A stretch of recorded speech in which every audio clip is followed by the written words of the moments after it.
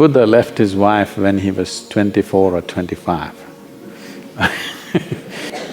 There are some things that you can't retire from.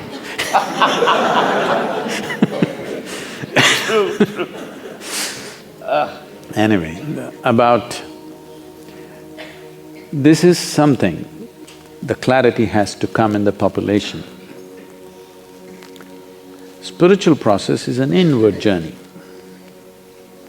The geography of your location, whether you're going to live in your home, whether in Mumbai or United States, or you're going to choose a cave somewhere, anyway, to tell you the truth, there are not enough caves in Himalayas for all of you. So there's no point looking for a cave. The home that you live in, or the city that you live in, or the atmosphere and the people around you are of no consequence for you to turn inward. Because inward journey is essentially about you. This has nothing to do with anybody. There are many people who come and tell me, Sadhguru, I want to be spiritual but my wife is so much trouble. Especially if it's trouble, it should be easy to become spiritual. Because at least you know one thing is not working. You will look for the other. So I'm saying irrespective of whether the atmosphere is sweet or nasty around you, it's got nothing to do. It's got something to do about turning inward. If your idea of spirituality is looking different, dressing different and doing things differently, that is not spiritual process. That is a certain… people may attach themselves to something because they feel that they'll get the guidance there and they may do certain things. Certain norms may be set in certain groups, but essentially spirituality has nothing to do with the atmospheres in which you live. It's got something to do with the atmosphere that you create within yourself. See, what this entire contrived ideas about what is spirituality, what's happened is, people think if they're seeking God, they're spiritual. What you need to understand is, you have already made an assumption and then you're trying to concretize your assumption. You want a guru to tell you, yes, God is there seeking. Seeking means this, you don't know whether God rules this existence or devil rules this existence or it's simply unruled like India. You don't know, that's why you want to seek. Seeking means you do not know and you want to know. If one has to be successful, as I said earlier, the most important thing is your intelligence is not identified with anything. Because the nature of the intellect is this, the moment you take on an identity, your intellect will work hard to protect that identity. You just have to tell yourself 3 times, I'm an Indian. Suddenly everything Indian looks nice, everything across the border doesn't look nice. You just have to tell yourself, I'm this, and immediately it only protects that and nothing else. This is the nature of the intellect. In fact, that is the work of the intellect because intellect is a tool of survival. Intellect is not ultimate intelligence. Unfortunately, because we are too much under European influence and somebody there said, I think so, I exist, we just lost it. In India, in the yogic system, we do not ascribe too much significance to your thought, first of all. So why we do not give significance to thought process is, it can only happen from the limited data that you have gathered. What you call as thought, whatever kind of thought you have, is just recycling the limited data that you have gathered. You may think about gods, you may think about pleasure, you may think politics, you may think money. It is only the data that you have you're recycling. You are not… see, you may be thinking whatever. So I have been telling… this is a hard thing to do with people, constantly telling them, if God appears in your meditation, you just have to ignore him. Ah, but Sadhguru, if Shiva comes, especially if he comes. Because Shiva is coming only because of the calendar images that you have seen. If you were born elsewhere, somebody else would be coming. So this is the old data playing up. So whatever plays up. See, you cannot think God, you cannot think money, you cannot think the ocean or the sky. You are only recycling the limited data. So we don't acknowledge thought process as a great form of intelligence. It's a wonderful instrument for handling your survival in the material world. But if you want to pursue something, there are other dimensions of intelligence within you. To put it very, very simply, today afternoon, whatever you had for lunch, let us say you had a chapati turns into a wonderful woman like you, because you ate the chapati. If Suhail ate this chapati, it will turn into a man. If a dog eats But I am a man. That is why I'm saying. You're not getting it.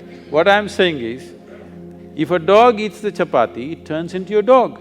So very intelligent chapati, you think? No, this is programmed. In your system, there is a certain volume of memory and intelligence which is capable of turning a simple chapati into a human being. When I say a human being, I am talking about the most complex mechanism in the universe that we know of. There may be others, but this is the most complex mechanism in the universe that we know of. What have you manufactured such a complex machine with? With chapatis, bananas, dal and this and that? Just about anything you eat gets transformed. So there is an intelligence within you which is the very source of creation. Instead of finding access to this, you are too lost in your own thought process. Once you get lost in your thought process, your identities become super strong. When they become super strong, you have a sense of confidence, but all your clarity will go away. Unfortunately, the very foundations of the so-called religions of the world is about building confidence. Don't worry, God is with you.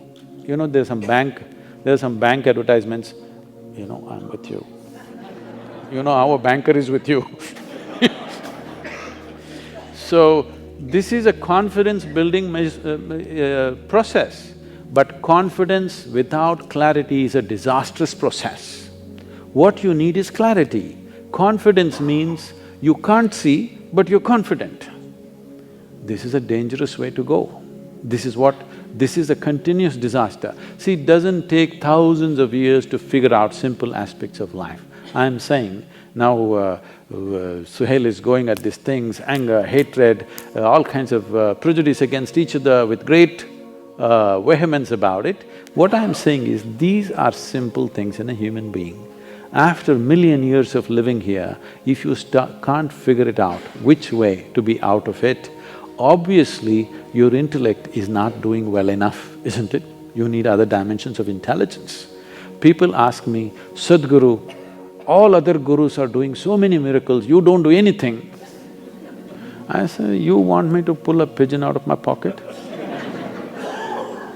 If I do that, you will have a bird and I'll have a shitty pocket. See, corruption is not the prerogative of only spiritual people. There are corrupt politicians, there are corrupt lawyers, there are corrupt policemen, there are corrupt doctors, there are corrupt every kind of profession, okay? It has entered every sphere of life. It is just that when a person who claims to be a spiritual guide or a guru turns corrupt, it stands out glaring. Because today if you go to a police station, you're expecting him to be corrupt, unfortunately. If he's not corrupt, you're surprised. That's when you talk about it. Oh my God, I went to the police station, the guy didn't ask for a buck, he did the job for me, you know. But when you go to your doctor, if he's corrupt, you're a little hurt because you placed your physical self in his hands. But when you go to your guru, you placed your entire life in his hands. If he is corrupt, you're very profoundly hurt, all right? So, the integrity that is necessary to perform different levels of activity is definitely more demanding when more trust is invested in that. But unfortunately, spiritual enterprise has started, okay? It's an enterprise. If you read 2 pages of Gita, you can become a guru in the country. You don't have to read the entire thing. 2 pages and go on repeating the same 2 pages in a language that other people don't understand, you will become a guru. So about being successful with her spiritual process, this is all you have to do. Tonight when you go home, sit on your bed, look at yourself, what is you, what you gathered, okay? You have a home, you gathered it. You have people, you gathered them. You have clothes, you gathered this. You have a body, you gathered this. The content of your mind, you gathered it. See, before going to bed, close your eyes and see if you can keep all that aside, even intellectually. Just try to keep it aside and go to bed every day. You will see one day you will wake up in a way you have not believed possible, truly awake.